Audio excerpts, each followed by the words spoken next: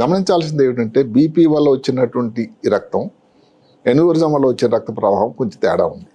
Blood pressure వల్ల మెదడు లోపల వస్తుంది, దాన్ని ఇంట్రా సెరిబ్రల్ హెమటోమా అంటాం. ఎన్యూరిజం వల్ల వచ్చేది సబ్ ఎరక్నాయిడ్ అంటే ఏమిటి, మెదడు పైన 3 పొరలు ఉంటాయి, జోరా, పయ, ఎరక్నాయిడ్.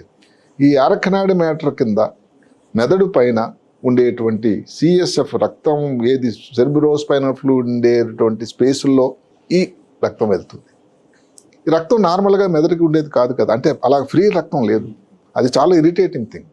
దానివల్ల ఏమవుతుంది, తలనొప్పి, మెడనొప్పి, వాంతులు, స్పృహ కోల్పోవడం, ఫిట్స్ లాగా రావడం, కాలు పని చేయకపోవడం, అసలు పూర్తిగా వెంటిలేటర్ పెట్టాల్సినటువంటి పరిస్థితులు ఉంటాయి. ఎంతవరకు ఎన్యూరిజం ప్రమాదం అంటే శాస్త్రం ఏం చెప్తుంది, ఒకసారి కానీ ఎన్యూరిజం వల్ల రప్చర్ అయ్యి దానికి వైద్యం కాకపోతే, డాక్టర్ దగ్గరికి సరైన సమయంకి వెళ్ళకపోతే రిస్క్ అన్నది 50%, 60% ఉంటుంది ప్రాణానికి. ఒకసారి ఏదో నాటి సెటిల్ అయిపోయింది, లక్కీగా సెటిల్ అయిపోయారు. ఇంకా రెండోసారి వచ్చింది అనుకుంటే రిస్క్ 70% అవుతుంది, మూడోసారి అయితే 90% అవుతుంది.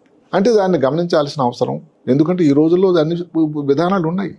దాన్ని చేయాల్సిందల్లా ఏమిటంటే ముందు అవగాహన. మీరు తీసుకునే అదే మందులు, అదే నాణ్యమైన మందులు మెడ్ ప్లస్ బ్రాండ్స్ పై సగం ధరకే.